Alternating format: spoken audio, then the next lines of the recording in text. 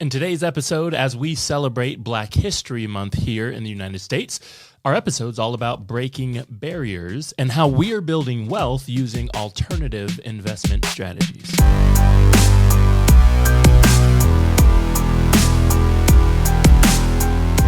Welcome back, everybody. I'm Jonah. This is Robert.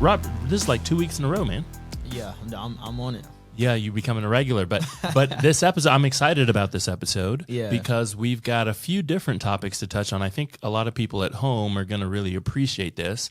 Not only are we going to talk about how we've been building wealth using some alternative type of strategy. The reason we say alternative is just because it's not mainstream, right? Yeah. But we also have mixed into this a little bit of Black History Month, right? So we want to come at this topic from the perspective of two younger African-American Black men in the United States and how we're actually doing that. So I'm really excited to kind of jump in and talk about some of those things. What about you? Yeah, man, I'm extremely excited as well. Martin Luther King birthday just passed. I think it's very appropriate, and I think the topic is something interesting as well as us banking bros venturing off a little bit and still talking about what we love to do, which is infinite banking. So That's right. So I've got a few questions. Well, we've got to give the people a little bit of a background. So if you've been paying attention or watching me at all on these podcasts and our courses, our classes, anything like that, you'll know at home that I'm big into the infinite banking concept. That is where I put most of my funds, if not all of them. That's what I teach people day in and day out. That's what we've made courses and classes about. But you, on the other hand, now you're involved in banking here, but you also do something that I don't do. Yeah. And so give the people kind of walk them through what you're doing and how that works. What I do is I would like to call myself a serial investor, and also I'm a day trader. So by nature, I first started with day trading. Once I had to understand the difference between trading and investing. And once I understood that, that's when I got really serious about investing. Because I knew the difference. Okay, some things have fundamentals behind them. So they have a fundamental value, intrinsic value that then drives the price. And other things are more speculative. It's not something that I'm necessarily looking to hold longer term, but more so take advantage of an opportunity. And so those are two different alternatives. I would say is day trading for sure, and then different terms of investing. So I do more personal investing. I don't do the ETFs and 401k and indirect investing. I do direct investing. So I want to be able to control my investment as much as possible. I like that.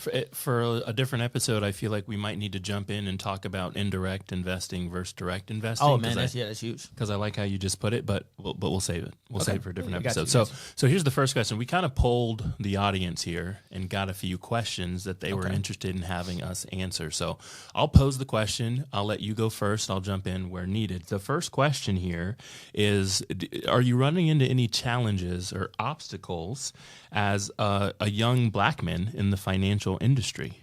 Yeah, so my government name is Robert Lee. And as you can imagine, some people are surprised to see the face and the name match up. Another thing, I wouldn't say so much of problems, but I would more so say is challenges, because problems can be solved and challenges are just something that you need to overcome. Sure. And so with that being said, I think what more so is kind of the expectations that people have of you. And they a lot, I think, especially like in America and Western culture, it's a lot of like a stigma. So people have a presumption of how they think you are versus how you actually are. Sure. And so you have to overcome that first before they actually hear the words coming out of your mouth. You see what I'm saying? It's a visual thing, so they have to overcome the visual obstacle to actually receive what it is that you're trying to give them. Yeah, I can get behind that. One of the things that we've run into a little bit here at the Cash Compound, the insurance industry, when we're teaching people about infinite banking, we use whole life insurance policies in order to accomplish that task, that goal, right?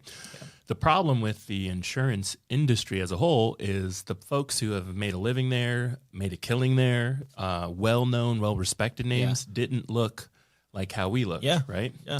And so because of that, sometimes when you're talking to people about what's possible using the infinite banking concept, they're already, like you mentioned, kind of have a stigma of, well, how would you know? Because everyone else doesn't look like you. And so there's a little bit more of a hill to overcome, right? But One of the things that I think is great in the world that we live in today is this type of inclusion that we're having currently, especially when it comes to the ability to respect someone for what they are saying and what they know and what the research and studies they've done, as opposed to just the color of their skin or what they look like or what their government name is. You know what I mean? Yeah, yeah. And I think I think what we're moving more into is just like the informational age. So the more information that people get, the more educated they become.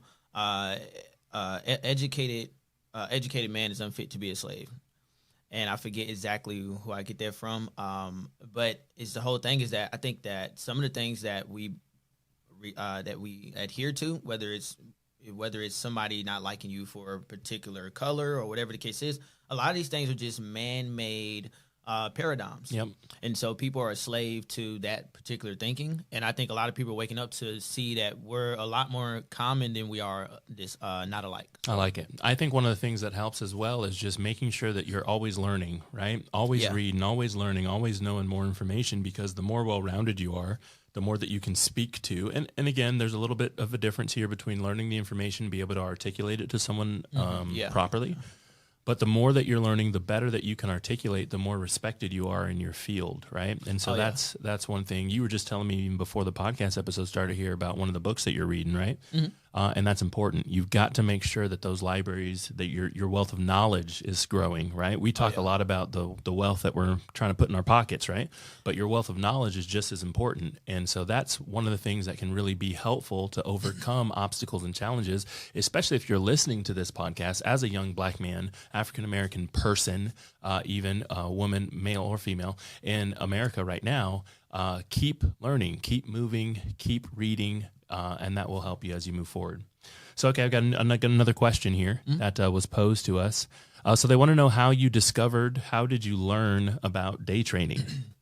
Yeah, man. So I learned about day trading because a good friend of my brother, actually my older brother, they went to school together, and he reached out to us because at the time, day trading in itself is important for people to understand. Day trading is something that you can do individually, and it is not controlled. It's not, you don't join day trading. It's not a group, and it's not something that's controlled by an organization or corporation. Yep. Day trading is something that you can do individually. But at the time, people were taking day trading and creating multi-level marketing groups out of it. Yep. So companies in this particular company actually went on to become a $1 billion company, did great or whatever the case is. I was a part of that at one point in time, but that's originally how I came across day trading. Is he reached out and he was like, "Hey, you guys want to learn about trading?"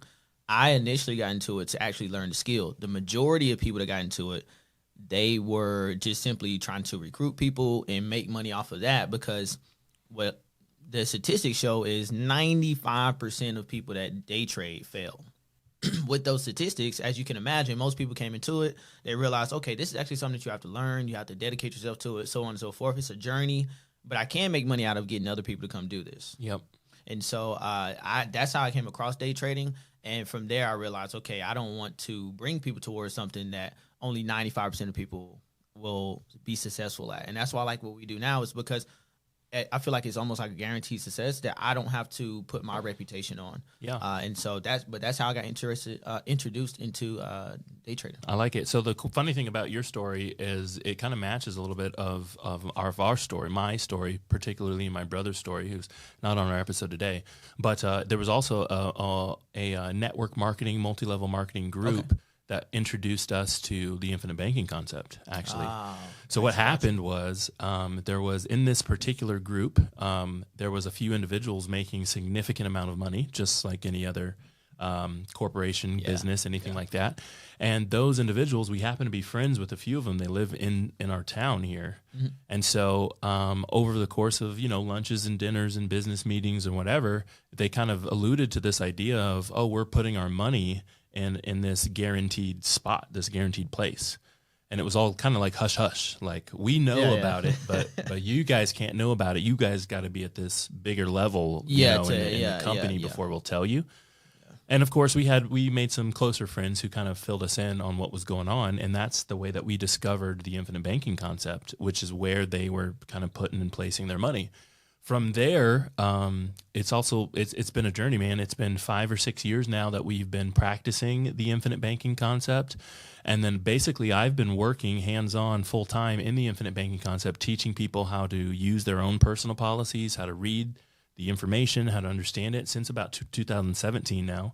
And it's been a journey, right? Learning. I can't tell you how many YouTube videos, how many books I've read, how many articles, how many websites that I've gone to, learning, right? And figuring out what's happening.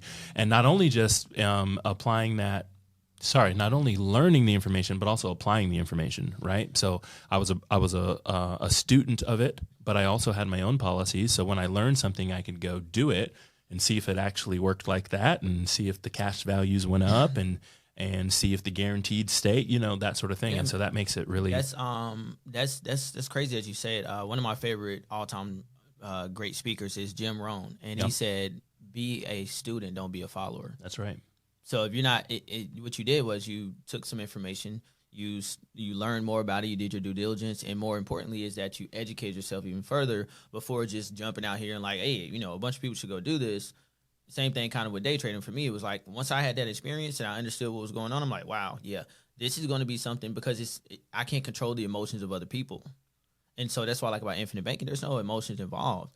We already have different types of insurance. We simply create a whole life insurance contract, put our money into that, it grows for us, and we leverage that to take care of the things we want and need. So save and spend at the exact same time. Yep. But yeah, man, that's critical what you just said. So it's actually funny because that plays into our next question. The folks want to know the importance of financial education and seeking out mentors in your industry. Yeah. That's why. Yeah, man. I would consider you a mentor. Okay. So I think it's very important, and the reason why it's important is because there's two ways to really learn something. You can learn from your own experience or someone else's experience. And I think that to learn from someone else, it just saves you time.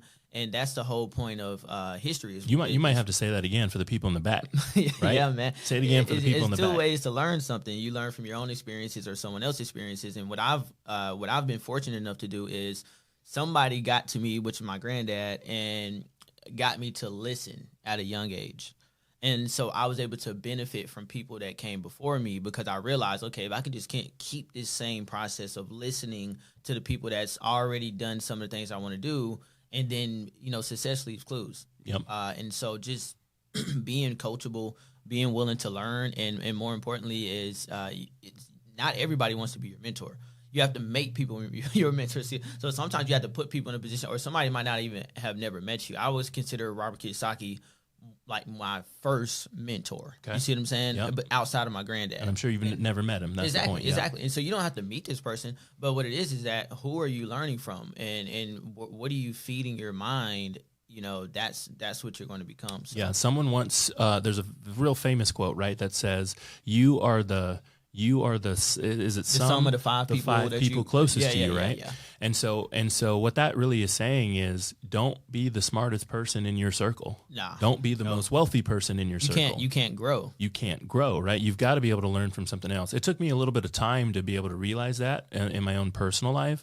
But once you realize that, you can grow quickly, even if you get out of your comfort zone here and surround yourself with people who are better, bigger, better, faster, whatever it is than you can learn so much more quickly. Think about it in the sports world. If you guys, follow sports or anything like that, how many people around, a Michael Jordan, a LeBron James, a Tiger Woods get better because they're so good, right? I think that's a great player. They make the people around them better. They make the people around them better. But if you could have the potential to be a great player, but you only end up practicing with the high school team here down the block, you're never gonna be that, right? Yeah. You've got to surround yourself with people like that. So I think the importance of having mentors is actually tremendous. It's huge. There's a lot of people in the, especially when we're learning about the infinite banking concept. We're teaching that to you guys who are listening. There's a lot of people that I would consider a mentor that have really helped me. You guys know our general agent here, the Money Multiplier, and Brent Kessler. He's a big influence in my life, sir, right? He's taught me so much about things to do, things not to do. I mean, it doesn't always have to be positive. There's also, some, hey, listen, I've already done this and it doesn't work. pay attention to that. Listen, so many people get into this mindset of, I'm not going to listen to what you're saying. I've got to experience it myself. If I don't experience it myself, it doesn't count. But then they end up making the same mistakes, having the same pitfalls that you could have helped them from. I think it's feelings over facts. Inside of the new world, it's feelings over facts. And so what that leads to is people are, I think we don't take good to constructive criticism anymore. Yeah. And so it's like I'd rather mess up or do it myself so that nobody's around to see me fail. And I think I just took the opposite approach. Me personally, it sounds like you did the same thing. I want somebody to hold me accountable, and more importantly, I want to fail publicly, because now that's a part of the humiliation is a part of the accountability. Yep. And from there, you can have a true story. Michael Jordan retired, came back, did it three more times in a row, bro. That's how you consider that. People that have never seen Michael Jordan play, call him the greatest of all time. That's true. That's how powerful that is.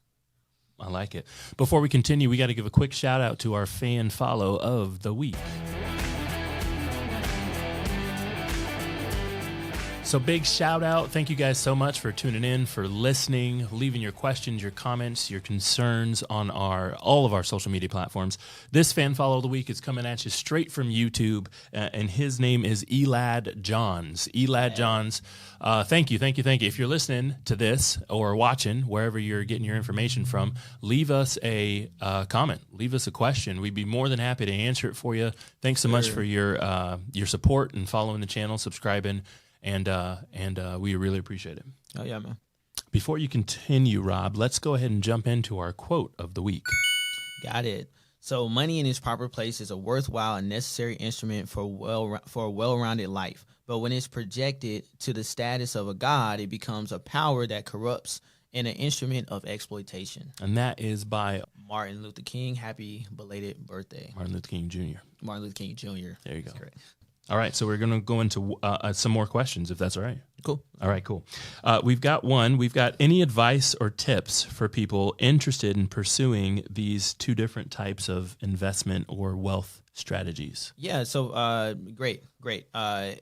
First and foremost is, depending on what we're talking about. So if we're talking about infinite banking, that is a banking strategy. That would be, so it's understanding... So not an investment. Exactly. Okay. It's not an investment. And so like how I had to understand the difference between trading and investing, you also need to understand the difference between banking and investing. There's two different things, two different problems that you're trying to solve. And so that you need to make sure that what you're trying to prescribe, the drug or pill, so to speak, is actually the solution that you need. So infinite banking is not an investment. It's not an alternative investment strategy.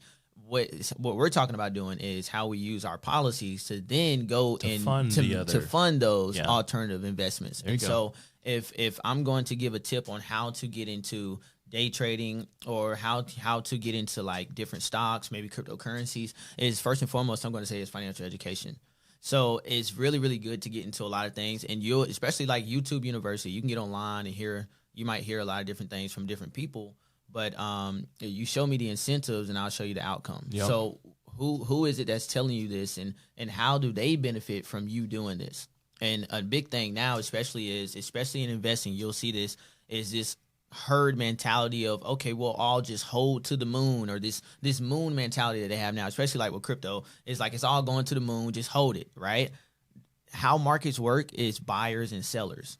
So when Bitcoin goes from $10,000 to $60,000, somebody has to be at $60,000 to buy it at $60,000 for you to have the liquidity to get out of the market at $60,000 if you bought it at $10,000. Yep. So if there's nobody there to hold the bag, so to speak, you're going to be left holding the bag. So I think it's important for people to financially educate themselves, understand that this is a player versus player. When you're talking about trading, investing, any kind of investing is player versus player. Yep. So understanding there has to be winners and losers, and that's why you want to get closest to the money, closest to the information, and the people that know, and like just like with the mentors, they know and they've kind of skinned this cat before, so to speak. So I like it. That's what I would say. I like it. I've got a couple tips and tricks for those of you who are looking to do the alternative strategies. And the first is, don't spend your money to do these alternative strategies, right? That follows into the infinite banking concept. We teach people how to save money and spend money at the same time. The important distinction is you're saving your money and you're spending someone else's. In this case, it happens to be the insurance companies. Once you've got that set, then there's lots of different alternative investment strategies that you can do. And my tip and trick for you is to find someone who has what you want and copy what they did to get there. That's my tip and trick, right? Find someone who has what you want and then copy what they did to get there. If you do that, if you find yourself a mentor, if you find yourself a friend, if you find yourself a running mate and you guys can follow those steps, that'll take you a lot further than trying to get there on your own, trying to reinvent the wheel, trying to be the first one to do it, right? Sure. Back in school, we used to get in trouble for copying, right? Can't copy off your paper. But in real life, it's all about copying. Let me find someone else who's already done it and copy what they did. Right? That's the cheat code. That's a cheat code. Okay, we've got one more. The folks want to know how we're working to break down barriers and increase access to these different types of things, day trading or infinite banking, in underrepresented communities and for underrepresented people. Ooh, yeah, that's nice. First and foremost is that I like the ending part is underrepresented communities and people. So the first thing is kind of coming back to, like I was saying, the different paradigms that we're stuck in. I understand that there might be like maybe a racial history or issue, right, in America. But I think the more we move forward and just globally is understanding that human history is so much longer than just the past 500 years. Sure. You see what I'm saying? And so going forward is that we're not looking, I would say that I think we share this, is that we're not looking to just impact people that look like us. It's about helping people in general. Yep. And I think that the more people are educated, the more they're able to individually help themselves, the better the world will be in general. And everybody gets helped out more. So what are we doing to do that? I think we're doing that through education. I think that it starts with the Cash Compound website. Even same thing with me, Better Investment Academy. Originally, how we got this whole partnership going is because that's where we blended. It was like, okay, look, you guys are doing financial education. I'm just doing a different type of financial education. Yep. Why don't we teach people trading, investing, and banking? So how to grow money, how to make money, how to grow money, and then how to keep money. That's it. And so I think that's a big part of that is the banking system. Everybody has a banking system. Not everybody will be successful day trading. Not everybody will be a successful investor. You can invest and make money, but not everybody will be this ultra successful investor. But everybody that I know of, full adults, has a bank account. That's right. And so that's what I like about it is that we're solving the banking problem for people, and we're introducing a way of safeguarding your wealth and being able to save and spend at the exact same time. And how does that help underprivileged people? Is, well, I would say that economically, your biggest, most direct issue oppressing you, so to speak, would be your economic value and the money that your money problem. That's right. Is one of the first ones you want to solve. So, and one of the things that we teach everybody is, what if you could make the money and then keep it, right? What if you had all the money you made since you were 16, 17, 18 years old when you started working? How much money would that be? What if it was still growing for you, right? What if you could save it and spend someone else's at the exact same time? Still get the things you need, still get the things you want, still have enough to have fun and give it away to those who are less fortunate than you. But what if you were still earning off of it? How much better would your life be set up for? How much better would your children's lives? What legacy would you leave if that was the case for you? So thanks, guys, so much for tuning into our episode today. Again, I'm Jonah. This is Banking Bro Rob of Better Investment Academy. We're going to put some links in the description for you. So whether you're watching on YouTube, whether you're listening on your favorite podcast site, there should be a few links in the description for you where you can find Robert's information if you're interested in learning a little bit more about day trading and what he's doing there with some alternative investment strategies. Or, of course, if you're looking to contact one of us here at the Cash Compound to set up your own privatized banking system so you can save and spend at the same time. We'll see you guys next time.